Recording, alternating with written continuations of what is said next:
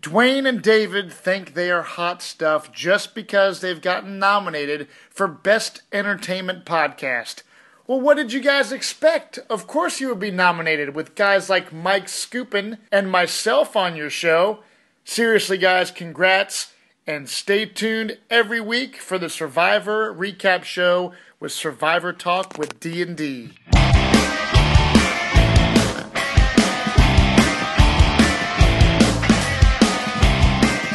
This is Survivor Talk with D&D. I'm Dwayne. And I'm David.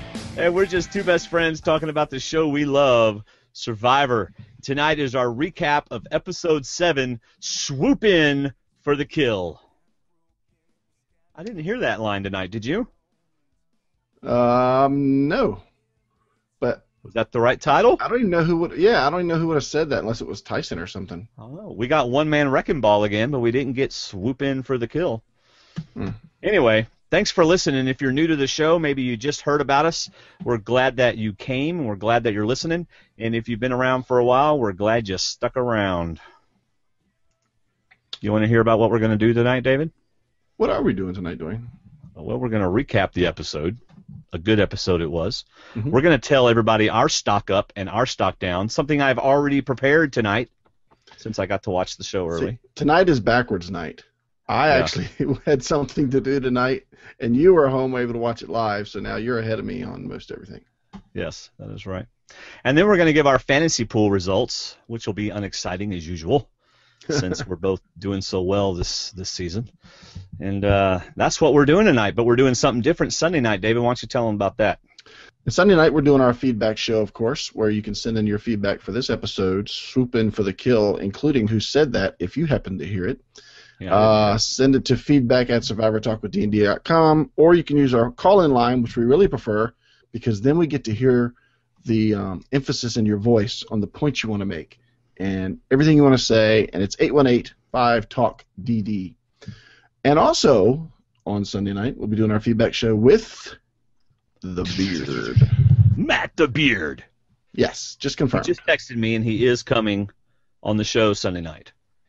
And he recorded an intro, which you heard at the beginning of this show, which was pretty cool, I thought. Quite awesome. Kind of weird. Yeah. So anyway, our feedback show. And if you want Survivor all week long, we give it to you. We got a Facebook group where we talk about Survivor all week long. Just look up groups/Survivor Talk, and that's our Facebook group. We have Twitter @Survivor_Talk. And, of course, our website, where every week we have 3 blogs, Shayna, Katya, and our friend David, who does Survivor by the Slice. And then we also have 2 shows, this one and the feedback show. So lots of Survivor for you on our website and throughout the week. Hey, on our little chat room on YouTube, Kevin wants to challenge you, do the voice the entire podcast. All right. Thank you for shopping Amazon, starting on our website. All you have to do is go to www.survivortalkwithdnd.com/Amazon. Okay, I'm going to block Kevin from the group. He's not coming back. Kevin's never coming back. And there are some people who have never heard us before that maybe found us because of the Podcast Award nomination that are going, what? Are you serious? Yes, we are. We just kind of have fun together. But seriously, do shop Amazon. It does help our podcast a lot.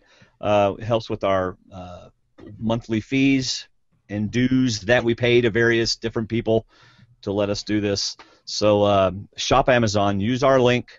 It's Christmas coming up. It's time to start shopping. Get those gift cards because everybody likes gift cards. You don't know what to buy your boss?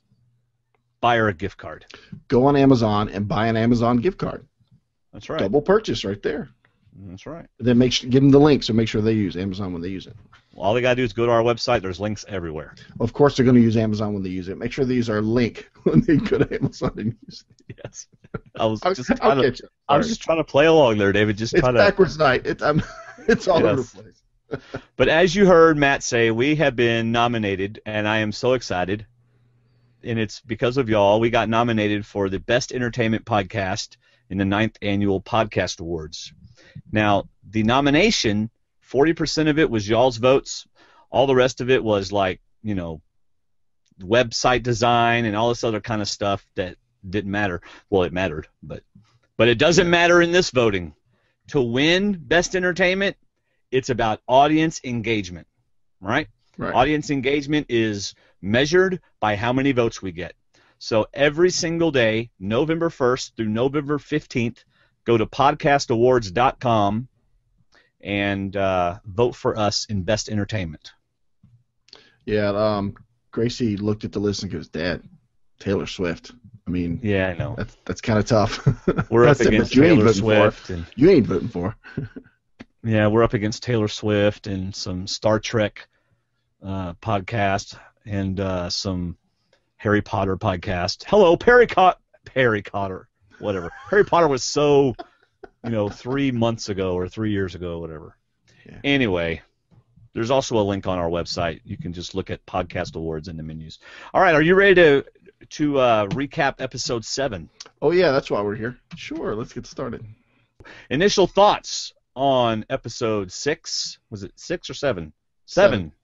Why did I put 6 on my sheet? I see 7 on my notes, and the notes that you made, it's 7. All right, sorry. There is an intern. The intern that gets to write and decorate and design all the idol clues, who is at home now needing psychological help.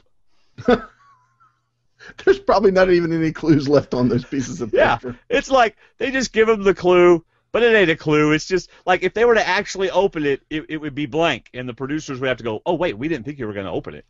Yeah, I think Probst has probably got a fundraiser in mind. I'm keeping the real clues, and I'm giving you the blank clues because I'm going to auction these on eBay when the season's over. If you want to see the real clues, raise some money. All right, do you have any initial thoughts? I have 2 more, but I want to spread them out. Oh, thanks. One of mine was, it doesn't matter how many times you watch your husband play the game, that does not equate to you understanding the game. This is so true. She just didn't get it. I'm sorry because I liked her. She's a great person, but she had.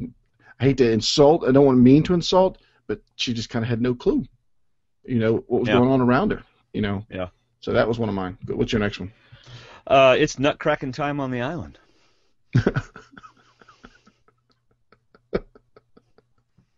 That's another initial thought. What? I don't know. I don't know. Sounds like a country and western song, doesn't it? Did not expect you to say that. All right. Do you have another one? I have one more. No, let's hear your other one. All right. Only 2 in the game with loved ones. Mm-hmm. If you don't count Laura and Sierra, since Laura's at Redemption Island. Right. The only 2 left in the game with loved ones are the 2 winners. That is a very observant, smartly observant observation. Well done. Isn't that crazy, though? Aris, previous winner, still has his loved one. Tina, previous winner, still has her loved one. This is going to put them in a very good position coming in the next episode, I think. Oh, yeah. Definitely think so. And to go along with that, one thought that I did have was that Vetus is an incredible actor. Oh, he gosh. is so good at saying what he needs to say when he needs to say it. Sometimes a little overboard, but for the most part, he is his name is already down on the next Survivor All Stars. I guarantee it. Got to. Yeah. Who doesn't want to see this nice guy come back and play again? That's right. All right, let's look at previously on. Basically, the switch up shook things up.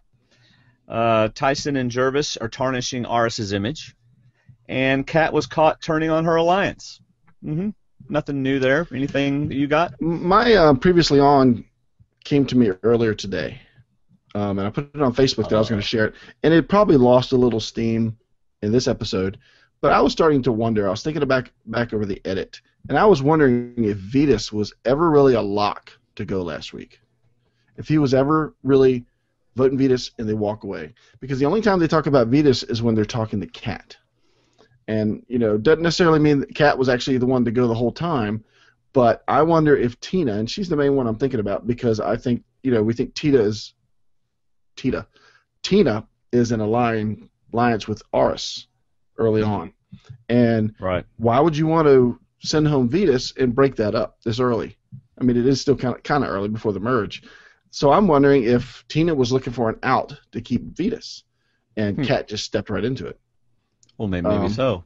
So I mean, that's a question I want to ask after the finale. Maybe if we get Katie said she'd come on and talk to us, maybe ask her. But was Vetus ever really a lock for Tina, Monica, and Katie? Laura B was going to follow what they wanted to do. Kat was going to follow what they told her to do. But until Kat stepped in it, was Vetus really solid, done deal going home? Because I don't think Tina really wanted to send him home. I would think that strategically she would not want to send him home. Now, this episode might have been a little different. Might have changed it a little. But that's just a question I have for them after the season. Was he ever really guaranteed to go home until Kat spoke? So basically what you're thinking is Tina was already going to float this boat, but Kat made it so she didn't have to. Yes, that's exactly it. I think CBS edited it so that we would think that Tina and the rest of the women were locked to send Vetus home. And until Kat spoke up, and then they obviously changed the edit. So that's just a random thought I had, just a theory. Okay. I didn't see anything else previously on that I want to talk about. All right. Redemption Island, night 16. She's crying, of course. Hayden is going to be so disappointed in me. That's about all I got out of that. Did you get anything? I wrote down that she points out every player that turned on her. And then I wrote in my own text that they were never really with her. I never got the sense that they were with her because there was never an original alliance with all those people. Some of those people are in other alliances. I wrote down worried that Hayden will dump her. She didn't make the merge. But, I mean, does she think Hayden's that shallow? She's kind of insulting him. That she's saying that, she's worried he would actually dump her. I think she's just, she's... Well, I think her comment tells me that she is. I mean, we still already said she's immature and she's still young for this game, but I don't know. I was just really kind of turned off by that. It's kind of junior high-ish. All right. Well, it's the next day at Redemption Island, and Kat is crying again. Okay. And she's afraid Hayden will be embarrassed and so upset. And then she talks about how it's been really hard without him. And she says some nice things. He's my best friend and all that kind of stuff. But again, you have players that came in thinking they were going to get to play together that did not because of the stuff that happened. RC having to leave, RC and her dad. Well, this is where I wrote down the last scene and this scene is just to set up the drama we're about to see at Redemption Island.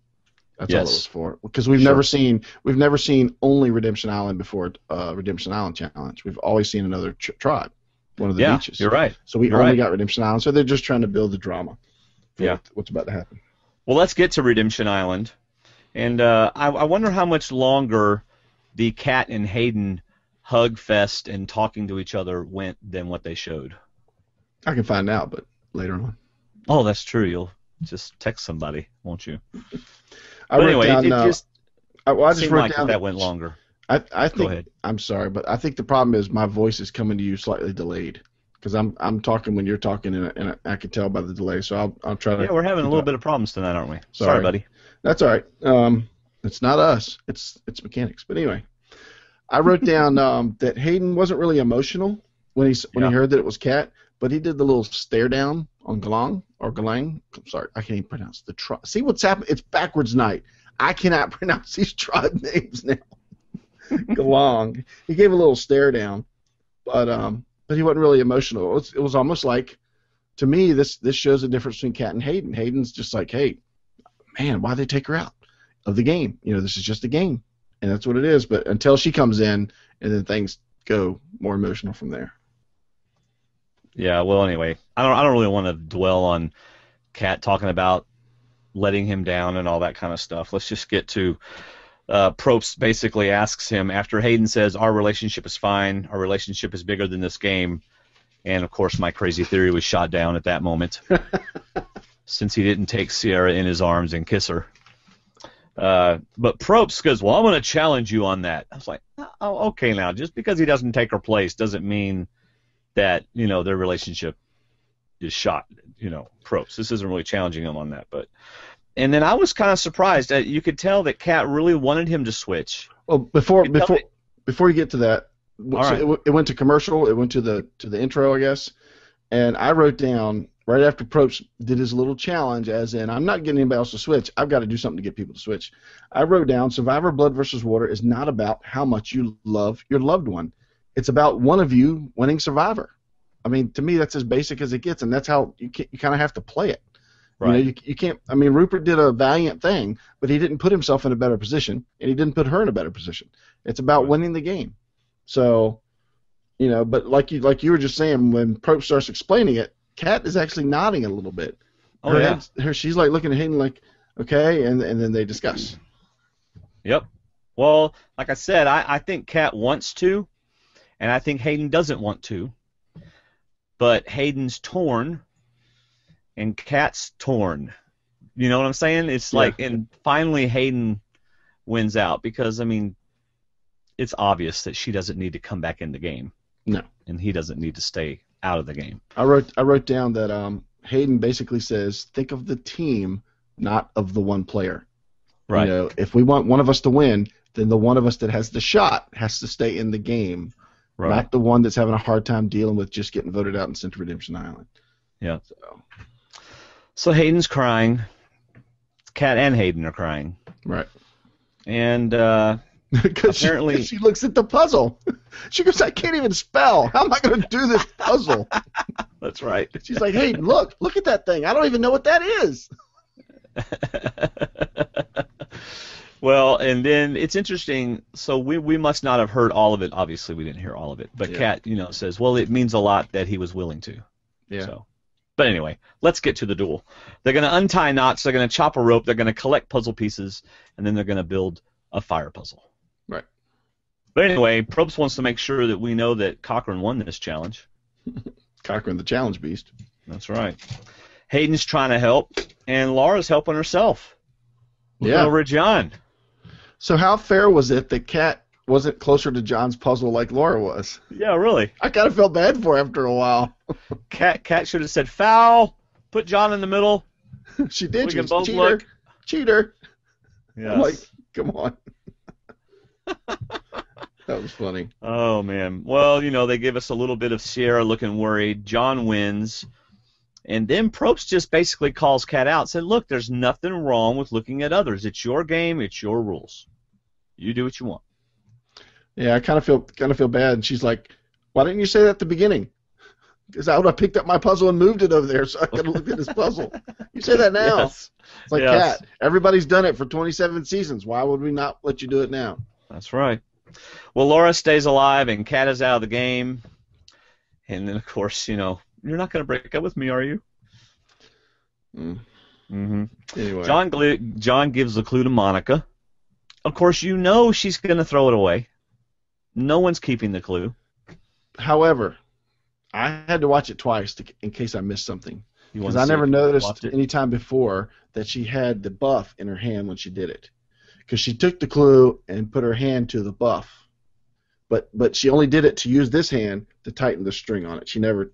I was looking to see if she tried the old switcheroo, but she didn't do anything. It looked like she put the exact clue back in the fire.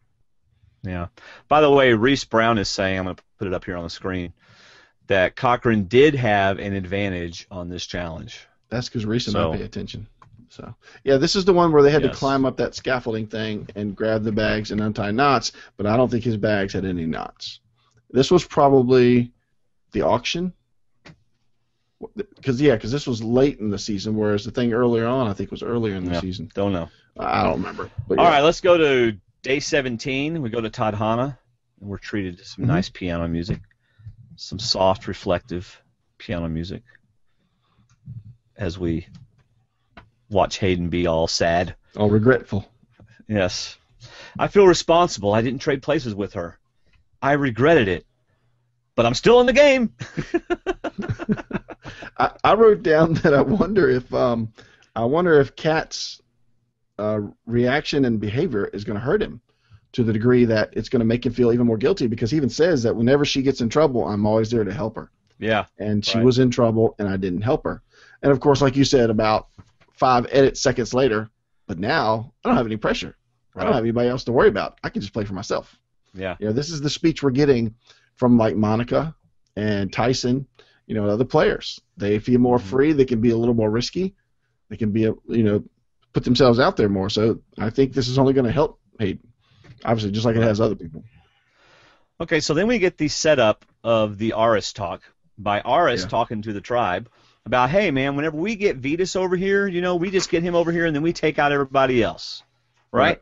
And then Aris says, hey, I'm going to go on a little walk and meditate. Anybody want to go? No, we're fine. Go ahead.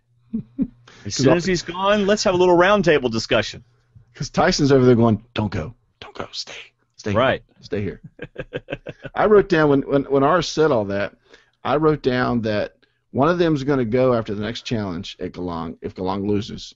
So that takes out, say it's Laura B, and then if Aris grabs Vetus to join them, that's just 3 tribal councils. That's Monica, Tina, Katie. So I'm like looking at the rest of that group with Aris saying, it's only 3. That's only like 3 votes that you're safe from if he sticks to this plan. Because I wrote that Act 2 alliances are never as strong as Act 1 alliances.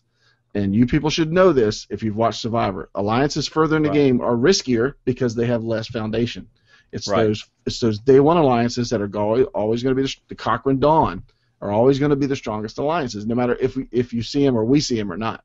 I'm thinking, you guys, this is it might work in Big Brother to make alliances week by week or every 3 days, but to me, alliances that are in Act 2, which is what we're in right now, are not. They're temporary, and they're only serving the purpose of the person that brings it up. Right. So Tyson is trying to protect himself because he knows that the merge is coming, and he's like, look, we're going to stay together even after the merge, and then because none of them have anybody with them except Sierra might have her mama, but they're just going to take everybody else out once they get past the merge. And if we lose before the merge, then we take Aris out before that. So, yeah, you're right. Tyson is thinking ahead, and Tyson has put himself in a leadership role. Yes, He's no longer wanting someone else to look like it. Tyson is putting himself in that leadership role. I wonder if he didn't, turn over any conversation to Jervis since they're kind of in it together. I doubt it. I just wonder if that's something we didn't see. He might have even said, Sierra, your mom's probably going to come back because, Kat's gone, Colton's gone. He doesn't have to worry about, helping out those 2 guys. But Sierra, just to keep her happy and keep her positive, your mom's probably going to come back. She's the strongest one over there. So keep your head up. We're going to bring her in too. If that were to happen next week in the next challenge, they probably wouldn't want us to think that they know it's going to happen. A lot of foreshadowing, something they won't share with us. But I don't know. I wouldn't be surprised if Tyson pulled all that and pulled all those points out because he's pretty smart when it comes to Survivor. Oh, yeah, absolutely. It's where he makes that step. And I wrote down the 5 loners. Got no other responsibilities, got no one else to turn to. Yep. Hey, by the way, where's your Survivor Talk logo? It must not have come up when I rejoined. Oh, okay. All right, Galang, day 18. Vetus and Boo sitting together.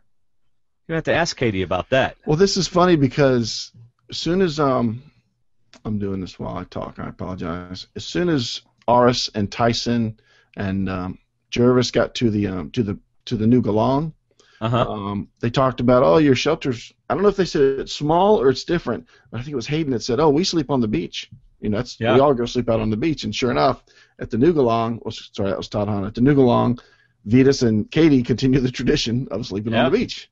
Yeah.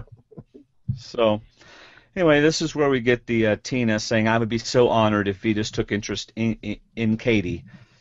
Then they show a picture of Katie just kind of sitting there looking all, I don't know how she was looking. I guess like a shy little girl while Tina says, but he'll have to bang her over the head because she doesn't flirt at all. Yeah, whoever goes out with Katie's going to have to bang her on the head and take her back to his cave.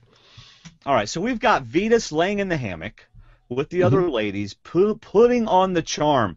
I wrote down Vetus is so playing them. He is just playing them like a violin. And I love that the edit gives us basically Vetus and the women. It's not so much the women talking, it's the women talking to Vetus, and it's building Vetus' storyline. And Tina asked a great question. What's the hardest part of this game? Oh, gosh, Vetus says, it's just the dishonesty. I'm just so not used to this honesty. I'm just I'm too trusting. I trust everybody. I shouldn't be like that, but I do. People come to ask for money, and I give them money. he's just layering it on, thick layer after layer after layer. I'm like, oh. It's like, by the way, have I told you that I was in prison for a while? You know. What did he say? He said, women like a bad boy, but what they really like is a recovering, reformed bad boy. A newly reformed bad boy. There you go. Yes. Yes. All very calculated, my friends. All very calculated. And it's funny because each of the women say how much they like Vetus, and they finish with, but I'll do what I have to do to keep going in the game. But he's just so likable. Yeah. Laura B. is just like infatuated with the poor guy. I mean, she's just like, oh, he's so wonderful. Well, yeah, this is all leading up to what she's going to be doing later on, or why she does what she does, yeah. All right, let's go to, it's still Galong Day 18, and they get tree mail. Mm-hmm. So a physical challenge is coming, or so they think. It really wasn't that physical, as we will see later on. So the girls talk, and they say it has to be morning. It has to be morning. It has to be Vetus. And, that, hey, we've been together since the beginning. We're going to get out Vetus. And Laura B. just, but I love Vetus. He's my fire. He's my Vetus. He's my fire. I was kind of waiting for one of them to say, okay, well, if it's not him, then it's you. Take your pick. Yeah, really. Well, Laura, he is a great guy, so if you want us to keep him around, bring your bag. Yeah. All right, let's get to the immunity challenge. Something new. I liked it. We hadn't seen this one before that I remember. Do you remember? No, I loved it because it gives the opportunity for a little bit of not cheating, but a little bit of gameplay. I loved it. A little bit of interaction. Yes. Yes. So not really all that physical, unless you trip. I was waiting for somebody to untie somebody else's puzzle and throw it out in the water as far away as possible. Hey, it's like someone wrote earlier in the comments, if it's your rules, go destroy the puzzle. There you go. Hey, yeah, throw the bag. I mean, what's Prope's going to do? Now Tadhana has to walk across the island to get the other bag. Inside, outside, anyway, outside. Yeah. So there's some working together in the middle, but otherwise it's two people have something to do at the beginning, and then they all work together, and then one person finishes the challenge. Okay. So it's kind of a group and kind of an individual. I wrote down, after the scenes we just got at Tadhana about Tyson and his loner gang, I looked up. Of course, Sierra sits out. The guys are doing a stack team. They're trying the best they can to what they think will win. And then I look at the four that are chained together, and I see no Tyson. And my first thought was, Tyson's going to be the thrower, but is there a chance he throws this challenge? Because you need to get rid of Aris before he gets back with Vetus. And this could be their last chance. He didn't. Well, he didn't think that way. I know, but I just thought there was a chance that he might throw the challenge. Because he was in the position to stop the challenge for his team. He put himself in that position where he could have controlled it.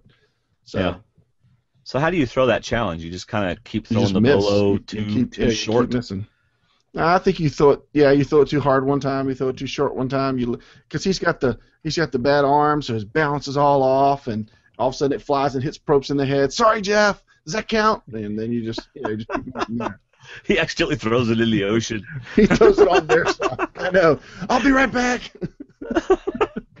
Meanwhile, Tina's still throwing her third ball, trying to get it on the rack. All right, so they're playing for some Southern fried chicken, some corn on the cob, some mac and cheese, some sweet tea, some lemonade. They are all going to be squatting in the woods right after they eat, but they're going to love eating it. I have to confirm to Stephanie, who wrote in our chat room about, she said, remind her never to compete against me. When it comes to Survivor, you're right. You don't want to compete against. I will throw Dwaine under the bus before the bus gets there. Yes, he would. It could be blood versus water, and we'd be on water, and he would throw me under the bus if it meant he could play with someone else. If you lost the first challenge, I'd like to volunteer Dwaine to go. Yes. So I don't go, and then I'll join anybody else. All right, so Sierra sits out.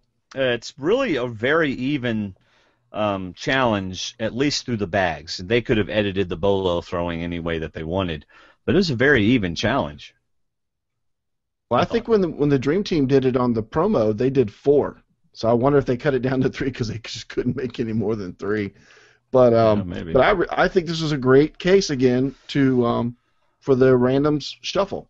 You remember last week I talked about how the challenge was going to determine if the random shuffle was going to happen again. And I think this was another close challenge. It could have gone either way. Yep. It didn't matter that one tribe was more strong than the other tribe. Not whenever you got Monica, pulling some Brad Culpepper moves on the Vetus. There you go. Her and Vetus are holding Aris. I know, that was pretty cool. Yeah, sorry. Yeah, pulling the move on Aris. So holding, 5-yard penalty, still first down. So Tyson versus Tina to get the bolos. They had to create them and then throw them, and they did, and Tyson won. Yep. I wrote that was so close, and Connie goes, well, at least that's how they edited it. Yeah, because when Tyson went to get this bolo, he'd already gotten 2, and Tina supposedly had 2. He was getting ready to throw, and she was throwing. Yes. So to me, it's another. They may have slightly misedited it for us to make it look better than it was. But all right, so Boy Wonder has addressed your throwing the challenge thing. You see that?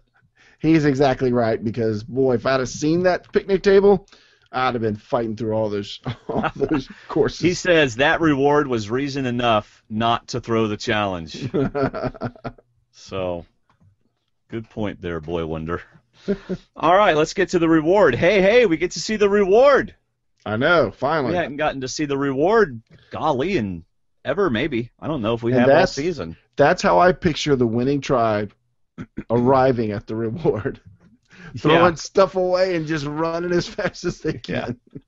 Okay, so somebody's going to interview one of those people after this season is over, and they're going to go, okay, so what happened at that reward? And they're going to say, well, production made us stand there for 10 minutes and then finally said go because the camera shot was just right. We had to wait for the helicopter to come around, before we could run. And then they made us go back and run 5 more times. So by the time we got there, we were starving and hungry and thirsty. Had to wait for the caterer to leave so they could start filming. And after every run, they had to go back and wipe all our footprints away. And it took us 30 minutes for that one little run. That's what's going to happen. This is why you need to watch the video podcast, because do you see what he said about your holding call? He said, I'm guessing that was a football thing and not an obscene gesture.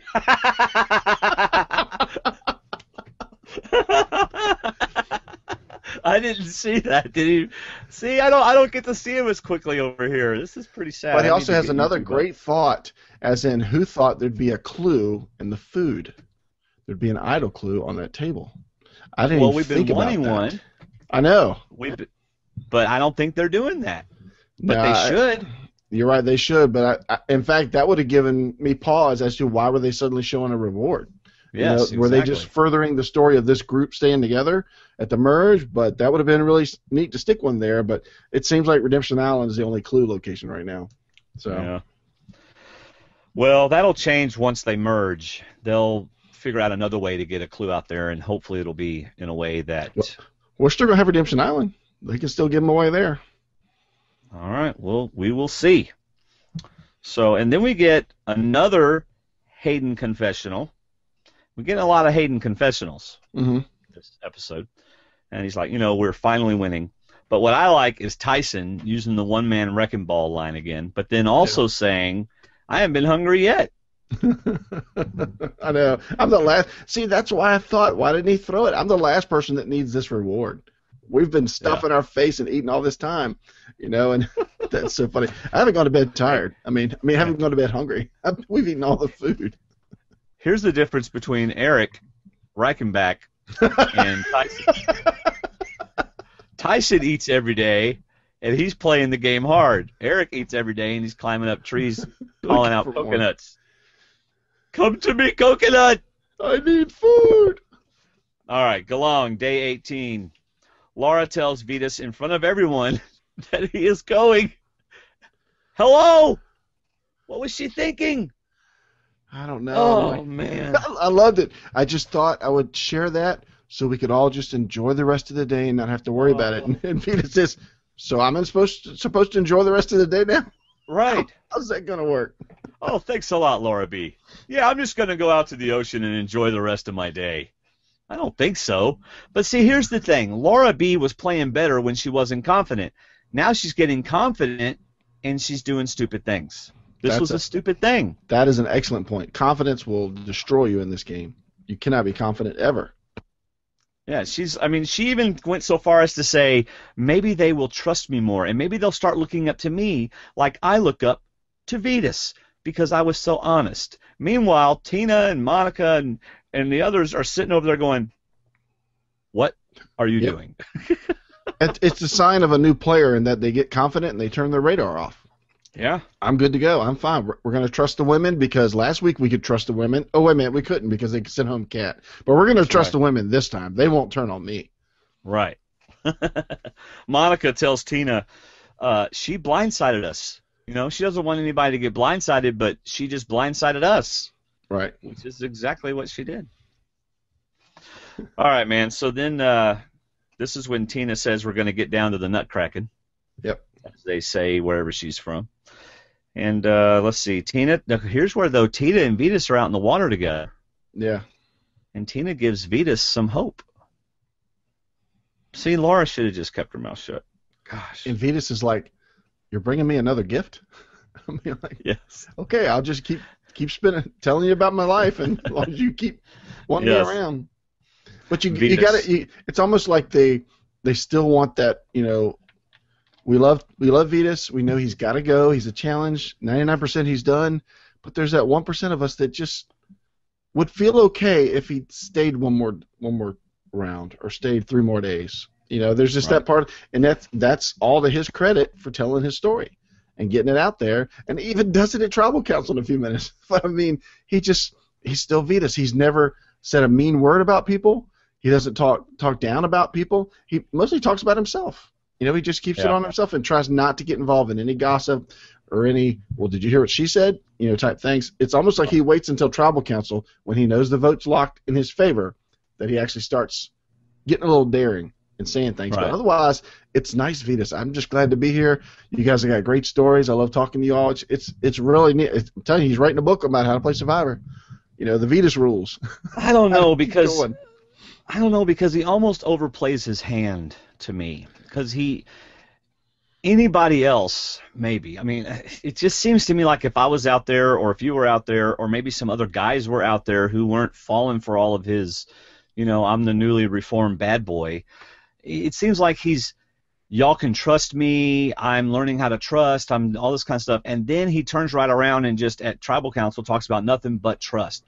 It's like he's setting himself up for what he's going to do later. It's almost too obvious to me. I see that, but at the same time, you have to remember, you have to take this on a spread out scale, on a 24-hour scale.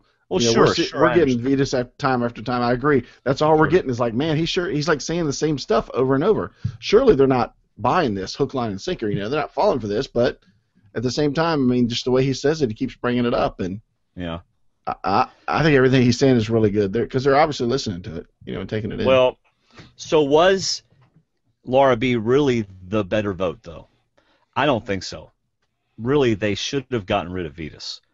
Because you know a merge is coming. When you keep Vetus, he's going to hook up with Aris, and it's not the best vote unless Tina thinks that she and Katie are going to go with Aris and Vetus. So it's been like, what, 6 days, 7 days maybe, that they've been shuffled. And 5, I think. Yeah. 5. And Tina doesn't know the situation over there. She doesn't know that Tyson's pulling a coup and wanting to take out Aris, even though they were supposed to be all together at one point. True. I still think that Tina didn't really want Vetus to go because why keep Laura? What's Laura going to do for Tina besides be a trusted vote? But in challenges, she's not going to be anything. Sorry, Laura, but she's not. You know, she's not going to be another option to beat Aris. She needs people that can beat people that are against her, so to speak. So if you send home Vetus, Aris is going to be busting his backside to win every challenge. And then Tina and Katie are going to be the first 2 to go. All right, well then, based on the edit, Katie has no idea what's going on. because Katie's like, well, we really need to get rid of Vetus, but Laura B, we can't trust her. So if her mom's filling her in on any of this stuff, well, maybe she's not, because Katie's saying that Vetus should go. See, this is what started shooting holes in my theory from last week, that Tina really didn't want Vetus to go. She really wanted another out, and Kat gave it to him. But I don't know. I think since we know that some confessionals are interview led, Sure. I think Katie was a led confessional. I think it was give us a scenario situation, and Right. who should really go? Well, yeah, Vetus should go. He's the greatest challenge. He's the biggest threat. But you got to think long term at the same time. And I think Tina is looking. I think Tina sees her tight 6, her tight 5 or 6 or 7, Sure. and just waiting to get to that point. She's trying not to rock the boat. She's playing as safe as possible. So production went to Katie and said, if Vetus had a very contagious disease, do you think he should be the first to go? Well, sure, Vetus would be the smart one to go. And then they just, they just take it. Let's just throw this out there. Let's say. And then Katie goes, does he have... And they're like, no, we just needed a certain clip. Thanks a lot. You're good. You can go back now. Yeah, you can go fishing now. Oh, man. Of course, then we get Laura being confident again, so we know Laura's going home. Okay, I'm going to give a shout-out to Boy Wonder who wrote, plus Tina is probably aware that keeping another pair around that is a bigger threat keeps the target off her and Katie. She wants Katie to be in the game as long as possible, but like you said earlier, they're the minority now because they're the few pairs that are left. But as long as Aris and Vetus are there, they're the bigger threat pair than her and Katie. So that's a good point, too. All right, let's get to Tribal Council. You ready? Sure. Yeah, I didn't write anything else down because they went by so fast. You didn't write anything down for Tribal Council? I mean, I got a few notes, but not really that much. To me, it was a done deal at this point. Gracie said, so who's going? I said, the person that I put my points on. Yeah. So Laura B., I took it upon myself to let him know he was going home. Vetus says it was discouraging. Monica says it was risky to tell someone. So Probst says, all right, Laura B., we're going to focus on you right now, and just you, because what you did is a survivor sin. Yeah. You don't By the way, Laura, that. did you happen to do anything when you went back to camp? Let's get this started. I mean, not that I know of anything. Katie agrees with Monica. We were taken aback. And then Vetus puts the icing on the cake. Anyway, there you go. I love what Tina said. She said that Vetus and Aris reek of honesty and sincerity. Yes. And we don't get that from Laura anymore. No. As soon as somebody steps up to lead a conversation or lead a movement, that's when they get shot down. Yep. So Probst does something a little different. He obviously this isn't different. He says, okay, so it's basically either you, Laura B., or you, Vetus. Mm-hmm. Vetus, how would your brother feel? Well, my brother would feel proud of me, but he'd also be bummed that I'm gone. And he says, Laura, how would Rupert feel? He would be proud of me no matter what. What answer did you think you were going to get, Probst? But now there's still a little bit more to Vetus's answer, and where he says, he'd be proud. Well, I remembered it. Just a few things I remembered. He said what you said about he'd be proud of me, but he'd be bummed because there's just still some things between us that we have to mend, that we have to fix. And I was waiting for him to say, we'll get to those, whether we do it here together or do it in the outside world. Yes. By golly, we're going to get it fixed, and we're going to be better for it because I just love him, and he loves me, and we're brothers for life. And I love you all, except for you, Laura, because you said I was going home. But I love all of you. I would love to trust you and stay in this game just a little longer. I'm Vetus. Vote for me. Winner of Survivor 27. And then I mentioned trust. Because I trust Aris. You can trust us. He do the whole politician thumbs and everything. You can trust me. All right, Tina, I love the stories. I'm sorry. Did you see his smile get bigger and bigger as Probst kept talking to Laura? Yeah. He's just sitting back and sitting back and sitting back and saying, "Go ahead, Jeff. Go ahead." Yeah. All right, so let's get to the vote. And, of course, it was obvious. They're going to do a Vetus first because that's the one that Laura wrote. And then it was all Laura's. And Laura went home, my friends. And, of course, CBS puts up #blindside. Yeah, I think about 5 seconds into that tribal council, she knew she was going to be in trouble. So Vetus survives another tribal council. Good for him. Made it to the merge. Every time you open your mouth, Probst says, you risk saying something that could get you voted out. You know what I thought about? Aris's talk to Colton. How many people has put their foot in their mouth these last couple weeks that he could have survived possibly another day? That's right. You know, the game's not over until you're gone. You know, and Aris was right. He was foreshadowing, but he was right. People can still put their foot in their mouth. Yep. So we do get a little bit of Redemption Island, and Laura just basically says, if I do go back in the game, I'm not going to go with the girls. And I thought, there's no way. No way. You are going to get back in this game. Sorry. And then when they showed us the challenge for the Redemption Island challenge, there is no way. No. Sorry. No way. So next time on, if you don't want to know what's coming on next time on, skip ahead to the next chapter, and we won't talk about it after that. Next time on, the winner of Redemption Island re-enters the game. Mm-hmm. I don't think they'll do Redemption Island anymore after that. They have before. They did last time. I know, but I don't think they will. Mm-mm. Well, it does start to take away the concept of replacing your loved one. I mean, that does go away. And plus, they're going to merge. So, let's just go ahead and change the game now. Now you're going to have a reward challenge and an immunity challenge, and it's all individual now. The SCA 9000 got rid of it about this time, and I hope Season 27 does too. I mean, I'm fine with no more Redemption Island. Well, the SCA 9000 needs something to go right for it during this season because it's doing horrible in the fantasy league. It's still not talking to me. It hasn't been talking to me since week 1. No. So. Gosh. All right, let's talk about our stock up and stock down. Again, if you do not want to know what happens next episode that they told us, then you'll want to go to the next chapter where we will talk about our fantasy points. But right now we're going to talk about stock up and stock down. So, David, you have a stock up? Why don't you go first? All right. Because I know that they're merging, all right, my stock up is Aris. Because he's no longer, because he's been, in this episode, he was in Tyson's crosshairs and his whole tribe's crosshairs. He would have gone home had they lost. Right. But with the merge, he's going to be with his brother, and all the crosshairs change, everything changes, so his stock went up. He's not in as much danger as he was. Well, since you brought up Aris, I'll bring up Aris as my stock down.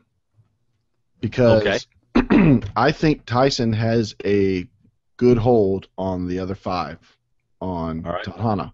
And I think when Tina and Monica get over there, and even with Vetus running to Aris, I think Tyson's going to get to them and say, we have to take out those 2 first. Mm-hmm. So I think Aris is still going to have a target on his back because Tyson's going to say you can join Vetus and Aris, or you can join the 5 of us because we're going to take out those 2 first. And I think Tina and Monica and Katie are going to walk over there and join those 5, and it'll be 8 against 3. Okay. Sorry, 8 against 2. So I've got Aris' stock down. I think he's still going to be in trouble. Well, my stock down is Tyson, which obviously is the opposite of your he's probably your stock up. But anyway, I put because he'll be on a tribe with 2, possibly 3 couplings. In other words, if Laura gets back in the game, you got Sierra and Laura, Aris and Vetus, and Tina and Katie. If they happen to stick together for some reason. Right. My stock up goes to Tyson. Because we're like totally opposite today. It's backwards night. I know. I told you. I know. I think his position is going to strengthen because if Sierra is comfortable in this little group, she's going to bring Laura into it. And why would Laura want to go back with Aris, who turned on her? So over there is going to be Aris and Vetus, and depending on where Tina and Katie and Monica go, and there's 5 over there, possibly 6 with Laura. By the way, not a spoiler, but I think that challenges Laura's to lose. I mean, I think John is incredible. He's done awesome. Sure. I really think Laura's got the best chance of coming back. Laura M, not Laura B. But I see her going with Sierra and saying, Mom, we've got Tyson and Jervis and Caleb and Hayden, and our first target is Aris. And Laura's going to say, count me in. So I think Tyson's stock has gone up. He got the good deal on the shuffle, and I think he's going to be in a good position after the merge. So we are opposites tonight. Yeah, and I'm getting totally lambasted in the comments right now. I love having this YouTube chat. I am a fool, according to Reese, Kevin. Reese says that Reese agrees with you. Anybody else want to insult me while you're there? Excuse me while I say how much I love this group in the group. So David's okay. All right, let's do our fantasy results, David. Our fantasy results, and I don't mean our fantasies, I mean our fantasy pool results. I want to read some more of the lines from the chat room. Yes, I bet you do, because they're all for you. All right, the SCA 9000 went over. It went over in all three questions. Oh, did it? It picked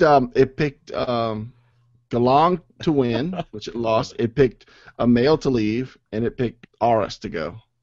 So it had a good plan. That's what I say in the soccer matches when the girl makes a pass that goes nowhere. I like the idea, but the execution was poor.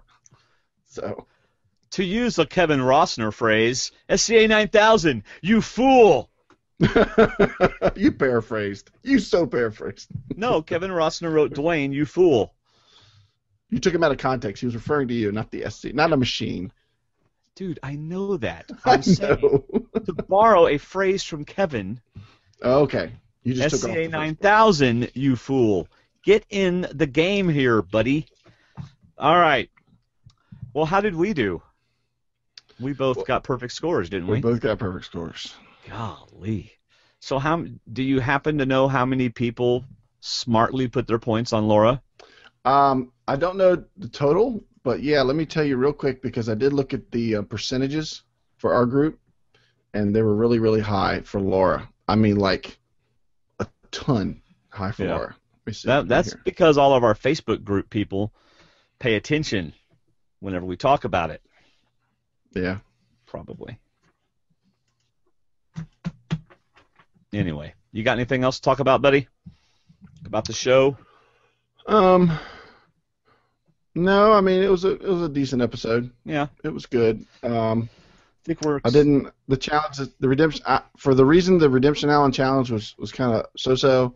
I'm about ready for it to be done, and I like an endurance challenge to finish it off. So I agree with you that I hope it ends next week.